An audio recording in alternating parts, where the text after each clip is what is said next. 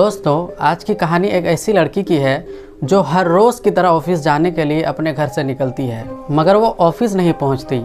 50 दिनों की जांच के बाद पुलिस को भी उस लड़की का कोई सुराग नहीं मिलता। मगर फिर एक दिन जांच के दौरान एक गाड़ी के अंदर एक बूंद खून बरामद होता है और इस एक बूंद खून से पुलिस को गायब हुई लड़की से जुड़े हुए सारे सवालों के जवाब मिल जाते हैं। तो आखिर कैसे एक बूंद खून से गायब हुई लड़की के रहस्य का खुलासा होता है, जानने के लिए इस वीडियो के अंत तक हमारे साथ बने रहे। यकीन मानिए, जब आप पूरी कहानी और इस कहानी के पीछे की पूरी साजिश के बारे में जानेंगे तो आप शॉक्ड रह जाएंगे। ये कहानी मुंबई में रहने वाली कृति व्यास की है। 28 साल की कृति मुंबई के ग्रैंड रोड स्थित भारत नगर रेजिडेंस में अपने परिवार वालों के साथ रहा करती थी और पढ़ाई खत्म करने के बाद कृति ने मुंबई के अंधेरी वेस्ट स्थित मशहूर ब्यूटी बल्ट सैलून में काम करना शुरू कर दिया था। यहाँ कृति फाइनेंस डिपार्टमेंट में काम किया करती थी। हर रोज की तरह ऑफिस जाने के लिए 16 मार्च 2018 को भी कृति सुबह के 9 बजे अपने घर से निकलती है और वहाँ पर पहले से गाड़ी लेकर इंतजार कर रहे 2 दोस्तों के साथ ऑफिस काम के लिए निकल जाती है। और फिर कृति के घर वाले भी अपने अपने काम में व्यस्त हो जाते हैं। अभी दिन के लगभग 11:30 बज रहे थे, तभी कृति व्यास की मां घर के वाईफाई का पासवर्ड पूछने के लिए कृति को फोन करती है, क्योंकि पिछले रात ही कृति ने घर के वाईफाई का पासवर्ड बदला था। कई प्रयास के बावजूद भी कृति की मां कृति से संपर्क नहीं कर पाती, क्योंकि कृति का दोनों मोबाइल स्विच ऑफ आ रहा था। अब कृति की मां को लग रहा था कि शायद कृति व्यास काम में बिजी होगी, इसीलिए उसने अपने मोबाइल को स्विच ऑफ कर लिया है। इसीलिए उसकी माँ भी अब कृति को फोन करना बंद कर देती है और अपने काम में व्यस्त हो जाती है। अब शाम ढल रहा था और कृति के ऑफिस से आने का टाइम भी हो चुका था, मगर वो समय पर ऑफिस से वापस नहीं आती। जब समय कुछ ज़्यादा हो जाता है तो कृति के परिवार वालों को कृति की चिंता सताने लगती है और वो कृति के ऑफिस में फ़ोन करके कृति के बारे में पूछते हैं और ऑफिस से उन्हें बहुत चौंकाने वाला जवाब मिलता है। ऑफिस वाले बताते हैं कि आज कृति काम पर नहीं आई और बल्कि उसका मोबाइल भी लगातार स्विच ऑफ आ रहा है। इस जानकारी के बाद कृति के घर वाले बहुत ज़्यादा परेशान हो जाते हैं और वो कृति के दोस्त को फ़ोन करके कृति के दोस्तों से कृति के बारे में पूछताछ करने की कोशिश करने लगते हैं। लगभग सभी दोस्त यही जवाब देते हैं कि कृति से आखिरी बात उनकी पिछली रात हुई थी। अब घर वाले परेशान होकर आसपास में कृति को ढूंढने के लिए उनके परिवार वाले लग जाते हैं, लेकिन बहुत ढूंढने के बावजूद भी कृति का कुछ अता पता नहीं चलता। यहाँ तक कि पूरी रात बीत जाती है और कृति अब तक घर वापस नहीं आती। फिर अगले दिन थक हार कर कृति के घर वाले डीबी रोड पुलिस स्टेशन जाकर कृति की गुमशुदगी की रिपोर्ट दर्ज करवाते हैं। अब मामला दर्ज कराने के बाद पुलिस वाले कृति की जांच पड़ताल करने के लिए उनकी ऑफिस जाते हैं और कृति के बारे में जानकारी इकट्ठा करते हैं। इसके अलावा कृति के दोस्तों से भी पूछताछ करते हैं। इसी पूछताछ में कृति के 2 दोस्त सिद्धेश तमनकर और खुशी सहजवानी पुलिस को बताते हैं कि जिस दिन कृति गायब हुई थी उसी सुबह कृति इन दोनों की ही कार में ऑफिस के लिए निकली थी, मगर रास्ते में कृति ने उनसे कहा कि वो उन्हें ग्रैंड रोड स्टेशन पर ही छोड़ दे, क्योंकि यहाँ उसे किसी से मिलना है और यहाँ से वो ट्रेन के जरिए ऑफिस चली जाएगी। इन दोनों दोस्तों के बयान की पुष्टि करने के लिए पुलिस वाले अब कृति के घर के बाहर लगे हुए सीसीटीवी फुटेज खंगालना शुरू करते हैं। तो सीसीटीवी में साफ नजर आता है कि 9 बजे के आसपास 16 मार्च 2018 की सुबह कृति अपने घर से निकलती है। वहाँ पर सिद्धेश और खुशी पहले से ही अपनी कार लिए खड़े थे।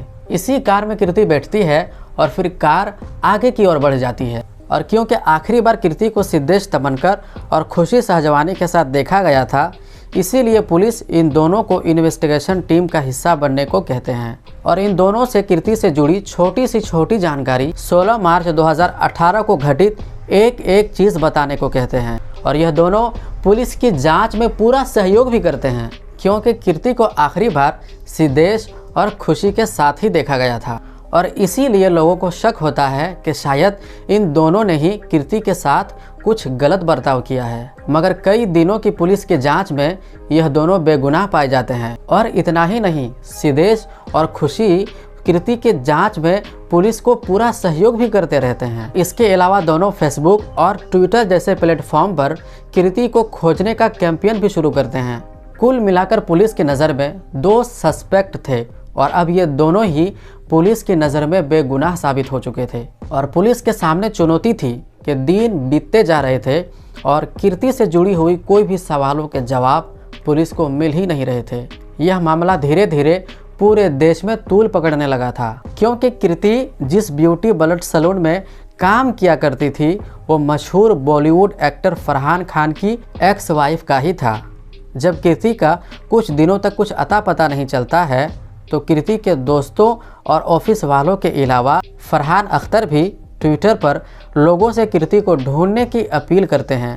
लगभग वीआईपी बन चुके इस केस को सुलझाने में कई दिनों तक जब पुलिस नाकाम हो जाती है तो यह मामला मुंबई के क्राइम ब्रांच को सौंप दिया जाता है। 5 अप्रैल 2018 को क्राइम ब्रांच कृति व्यास की गुमशुदगी का केस अपने हाथों में ले लेती है और जांच शुरू करती है और एक बार फिर से सभी सस्पेक्ट और कृति के आसपास दिखे लोगों को जांच के लिए बुलाया जाता है और उन सभी से लंबी पूछताछ होती है और सीसीटीवी फुटेज के मुताबिक कृति आखिरी बार सिद्धेश तमनकर और खुशी सहजवानी के साथ दिखी गई थी। इसीलिए क्राइम ब्रांच इन दोनों को ही आखिरी सस्पेक्ट मानते हुए जांच आगे बढ़ाती है और क्राइम ब्रांच के सामने भी सिद्धेश तमनकर और खुशी सहजवानी कहती है कि सुबह 9 बजे के आसपास इन दोनों ने कृति को अपनी कार में लिफ्ट दी थी और वो उन्हें लेकर ऑफिस की तरफ बढ़ रहे थे, मगर ग्रांड रोड स्टेशन के करीब पहुंचकर कृति कार से उतर गई थी और इस दावे की पुष्टि के लिए कृति के घर के बाहर लगे हुए सीसीटीवी फुटेज की जांच पहले ही हो चुकी थी। मगर जैसा कि इन दोनों ने कहा था कि कृति को ग्रांड रोड स्टेशन के करीब ड्रॉप किया था, वहां की सीसीटीवी फुटेज की जांच पहले नहीं हुई थी। इसीलिए क्राइम ब्रांच की एक टीम तत्काल ही स्टेशन के आसपास लगे हुए सीसीटीवी फुटेज को खंगालना शुरू करते हैं। इसके अलावा सिद्धेश तमानकर और खुशी सहजवानी के कार में भी सीसीटीवी कैमरा लगा हुआ था, उसके भी फुटेज की जांच होती है। तब यहाँ कुछ चौंका देने वाला खुलासा होता है। ना तो खुशी सिद्धेश और ना ही कृति स्टेशन के आसपास या स्टेशन में लगे किसी भी सीसीटीवी में कैद होती है और ना ही सिद्धेश तमन की कार में लगे हुई सीसीटीवी में। इन दोनों को 16 मार्च 2018 को इस स्टेशन की तरफ जाने की पुष्टि होती है। जब इसके बारे में सिद्धेश और खुशी से पूछा जाता है कि तुमने तो बताया था कि तुम दोनों ने कृति को ग्रांड रोड स्टेशन पर ड्रॉप किया था, जबकि सीसीटीवी के मुताबिक तुम लोग तो वहां गए ही नहीं थे। तो इस पर सिद्धेश और खुशी पुलिस वालों से कहते हैं कि दरअसल कृति ने पहले उनसे कहा था कि मुझे स्टेशन तक छोड़ दो, मगर रास्ते में कृति ने नवजीवन सोसाइटी के पास ही उतरने के लिए कह दिया था। इस कारण वो ग्रांड रोड स्टेशन तक नहीं पहुंच पाए।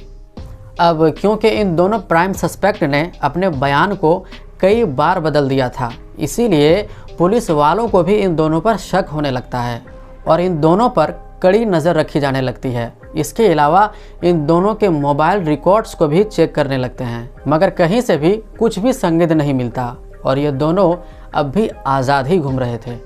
और अब तक कृति को गायब हुए लगभग 50 दिनों से भी ज़्यादा वक्त गुजर चुके थे, मगर कहीं भी कृति का कुछ अता पता नहीं चल रहा था। ऐसा लग रहा था कि शायद अब कृति के बारे में कुछ भी पता नहीं चलेगा। मगर तभी पुलिस को एक ऐसी फॉरेंसिक रिपोर्ट मिलती है जिससे केस का पूरा रुख ही बदल जाता है। दरअसल जिस कार से आखिरी बार यानी कि 16 मार्च 2018 को सिद्धेश और खुशी के कार में कृति सिद्धेश और खुशी सहजवानी ऑफिस की ओर निकले थे, उस कार को शुरू में ही पुलिस वाले फॉरेंसिक जांच के लिए फॉरेंसिक लैब में भेज दिए थे। और अब फॉरेंसिक लैब की रिपोर्ट आती है तो इसमें कहा जाता है कि कार की डिक्की में से खून की एक बूंद बरामद की गई। जब इस एक बूंद खून का डीएनए टेस्ट किया गया और इसका मिलन कृति के माता पिता के सैंपल से किया गया तो दोनों मैच कर गए। मतलब उस कार में मौजूद एक बूंद खून कृति का ही था। कृति की एक बूंद खून की मौजूदगी बहुत कुछ इशारा कर रहा था। इस खुलासे के बाद अब पुलिस वाले एक बार फिर से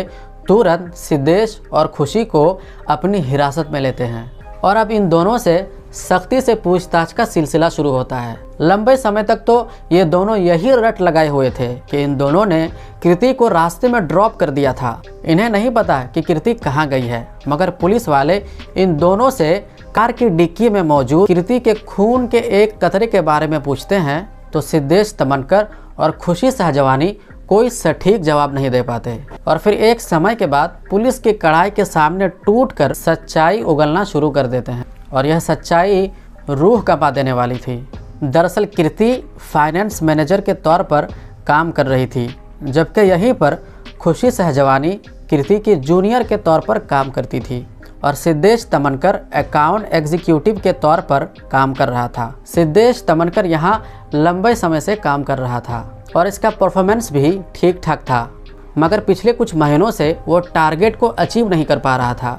इसके अलावा उसके काम में भी लगातार गड़बड़ी आ रही थी, जिसके कारण कीर्ति सिद्धेश तमनकर को एक नोटिस जारी कर देती है और उससे कहती है कि 16 मार्च 2018 तक या तो अपना परफॉर्मेंस सुधार ले, नहीं तो उसकी नौकरी चली जाएगी। इस नोटिस के बारे में 28 साल के सिद्धेश तमनकर अपने साथ काम कर रही 42 साल की खुशी सहजवानी को बताता है। दरअसल खुशी सहजवानी शादीशुदा थी, मगर ऑफिस में वो सिद्धेश तमनकर के साथ रिलेशनशिप में आ जाती है और जब कीर्ति सिद्धेश तमनकर को नोटिस जारी कर देती है तो खुशी सहजवानी को डर सताने लगता है कि अब सिद्धेश को कीर्ति नौकरी से निकाल देगी। मार्च महीने में भी सिद्धेश तमनकर अपना परफॉर्मेंस सुधारने में नाकाम रहा था और अब यहीं पर सिद्धेश तमनकर और खुशी सहजवानी मिलकर एक बहुत ही भयानक और खौफनाक प्लान बनाते हैं ताकि सिद्धेश की नौकरी बचाई जा सके। प्लान के मुताबिक यह दोनों कीर्ति को फ़ोन करते हैं और कहते हैं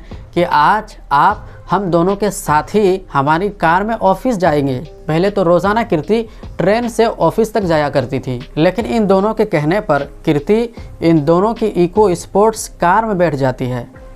फिर कीर्ति के कार में बैठने के बाद यह दोनों कार को एक सुनसान इलाके की तरफ ले जाते हैं और रास्ते में ही कीर्ति से कहते हैं कि वो सिद्धेश तमनकर को नौकरी से ना निकाले। इस पर कीर्ति जवाब देती है कि इसके बारे में ऑफिस के मीटिंग में ही फैसला किया जाएगा। जब कीर्ति से इन दोनों को मन मुताबिक जवाब नहीं मिलता तो ये दोनों कीर्ति से कार के अंदर ही लड़ने लगते हैं और इसी लड़ाई के दौरान सिद्धेश तमनकर और खुशी सहजवानी दुपट्टे से कीर्ति का गला घोट देते हैं और काफ़ी देर तक गला दबाए रखते हैं, जिस वजह से कीर्ति की उस कार के अंदर मौत हो जाती है।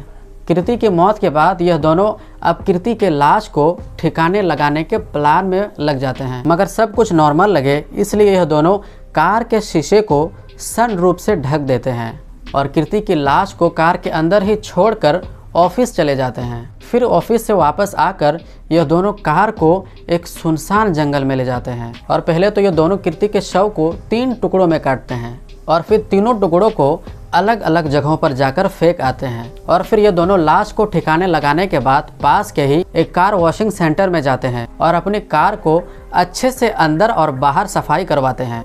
कार की सफाई करने के बाद यहाँ से ये दोनों कीर्ति के घर जाते हैं और कीर्ति के घर वालों के साथ मिलकर कीर्ति को ढूंढने का नाटक करने लगते हैं, किसी को शक ना हो इसीलिए ये दोनों मिलकर कीर्ति को ढूंढने के लिए ऑनलाइन कैंपेन भी चलाते हैं और फिर खुद ही चलकर पुलिस स्टेशन तक जाते हैं ताकि पुलिस वालों को इन पर ज़रा भी शक ना हो। और कार की धुलाई के बाद इन दोनों को लगता है कि अब ये दोनों कभी नहीं पकड़े जाएंगे और ये लोग आज़ाद हैं, मगर किस्मत से कार धोने वाला कार की डिक्की को अच्छे से सफाई करने में नाकाम रह जाता है और कीर्ति की खून की एक बूंद कार की डिक्की में रह जाती है और इसी एक बूंद खून से पूरे मामले का खुलासा हो जाता है। इस पूरे खुलासे के बाद सिद्धेश तमनकर और खुशी सहजवानी पर किडनैपिंग, पुलिस को गुमराह करने और सबूत मिटाने के आरोप में और हत्या करने जैसे गंभीर धाराओं के तहत मामला दर्ज किया जाता है और गिरफ्तार करके जेल भेज दिया जाता है। फिलहाल अगर इस केस के स्थिति के बारे में बात करें तो बेल पर खुशी सहजवानी जेल से बाहर आ चुकी है और बताया जाता है कि सिद्धेश तमनकर अभी भी जेल में है। तो आप कहेंगे कि कीर्ति के लाश के टुकड़ों का क्या हुआ? तो मैं आपको बता दूं कि अब तक पुलिस कीर्ति के लाश के टुकड़ों को बरामद करने में नाकाम रही। कहीं से भी उनके लाश के टुकड़ों को पुलिस खोज नहीं पाई। तो दोस्तों ये रही आज की रियल क्राइम स्टोरी। तो रियल क्राइम स्टोरीज़ आपको कैसी लगती है आप हमें कमेंट में ज़रूर बताएं और रियल क्राइम स्टोरी जो कि हमें बहुत कुछ सिखा जाती है तो आप कंसिडर करें हमारे इस चैनल को सब्सक्राइब करना। तो मैं मिलता हूँ आपसे अगले वीडियो में, तब तक के लिए अपना और अपनों का ख्याल रखें।